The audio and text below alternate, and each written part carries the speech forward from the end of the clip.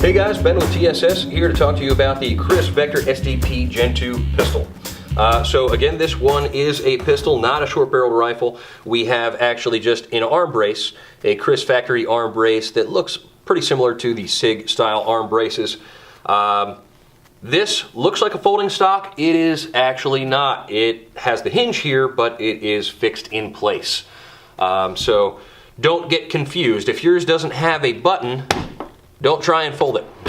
Anyway, these are now available in 45, as is traditional, as well as 9mm. This one here is actually a 9mm.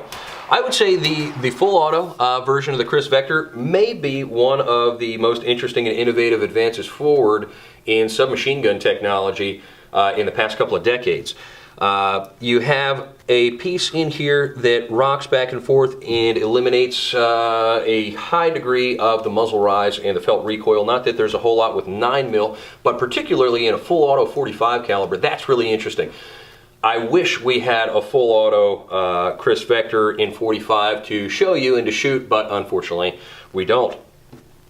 But this semi-auto pistol is still pretty cool. Of course, it's got a threaded muzzle, so you can put any kind of a suppressor on there that you'd like to. We have some Magpul backup sights on this one, and it is Glock compatible.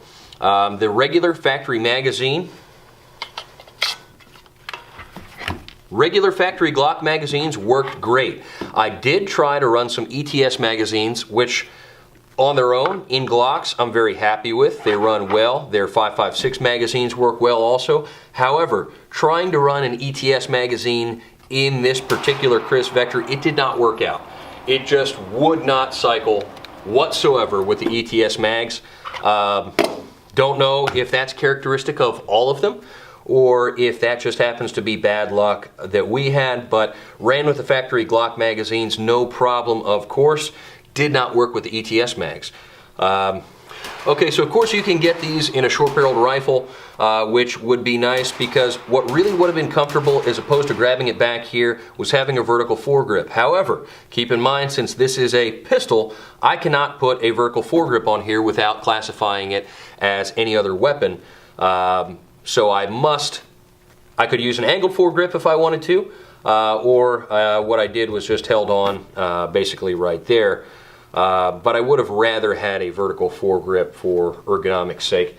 For my money, if I'm going to get into one of these Vectors, which I think are a really cool gun, I certainly wouldn't mind owning, I'm going to go ahead and get the 45 caliber version, just because that's what it was originally designed with, and why not have that bigger projectile? Not that any handgun cartridge is ballistically remarkable, but I don't know, I think the 45 version is cool.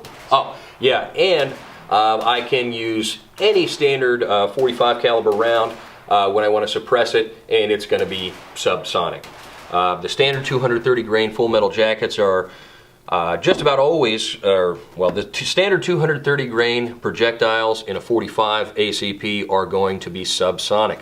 So your 115s and some of your 124s with a 9mm, not so much. You can stick to the 147s if you want to stay subsonic. There are some 124s that are subsonic as well, but those are kind of specialty loads. So anyway, the 45 is just what the platform was designed for, and that rocking V system in there really eliminates a lot of the muzzle rise and felt recoil. And in a heavy platform like this anyway, a handgun cartridge is very, very easy and pleasant to shoot with very low recoil.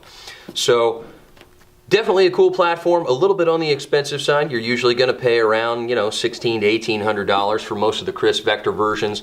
There are different colors available, there are different configurations, there are carbines, there are SBRs, etc. So again, this one is a pistol with the arm brace and a non-folding stock, even though it looks like it does.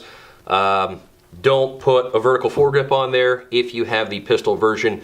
Hey, if you want to do the Form 1, SBR it, you can always do that later. It would be a great basis for a Form 1 and for converting it into an actual SBR. All right, like always, get your hands on one of these if you can and shoot it.